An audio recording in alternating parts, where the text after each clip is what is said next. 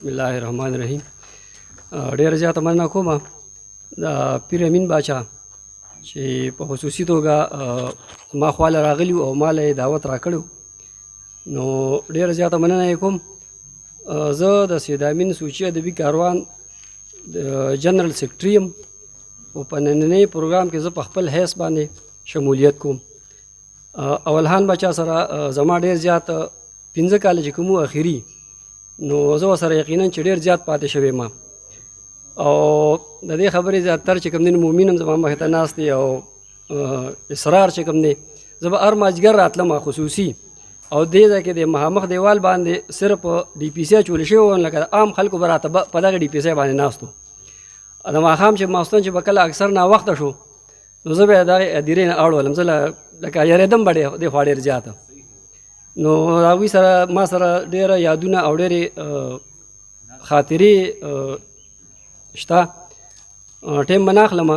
هغوی باندې ما نثر هم لیکلی دی او نظم مې هم لیکلی دی او نظم چې کوم دی نو نظم ما لیکلی نه دی، نظم په خپله په ما باندې ځان لیکلی دی. خو دې وخت کې به ما ته یاد نه شي. یو 2 شعره به صرف د هغوی په وفات باندې ما لیکلي وو. ابه شریک کوم چې خدای کو چې ما به د خپله زندګي درکړې، خدای کو چې ما به د خپل زندگی در کړې، خو بس افسوس دی چې اجل د اخستلو نه دی او زړه به مې څنګه د لاسې او تسلی اومني. والله چې غم د جدایه دی، والله چې غم د جدایه دی د زغملو نه دی. د غزل څو شعرونه مشارک کوي.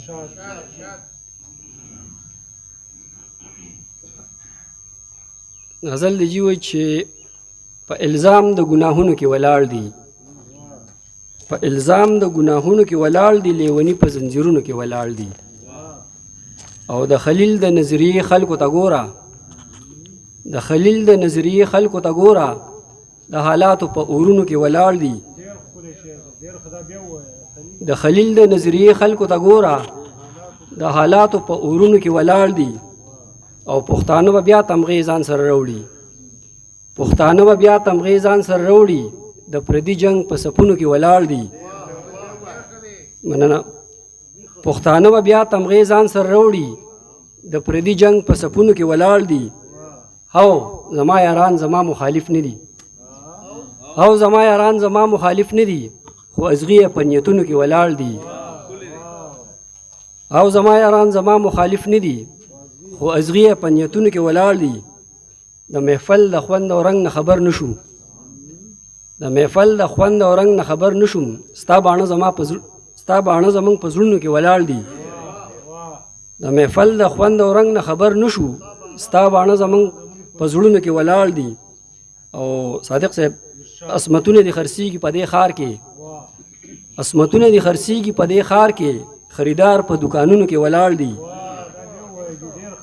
عصمتونه دي خرڅېږي په دې ښار کې، خریدار په دکانونو کې ولاړ دي.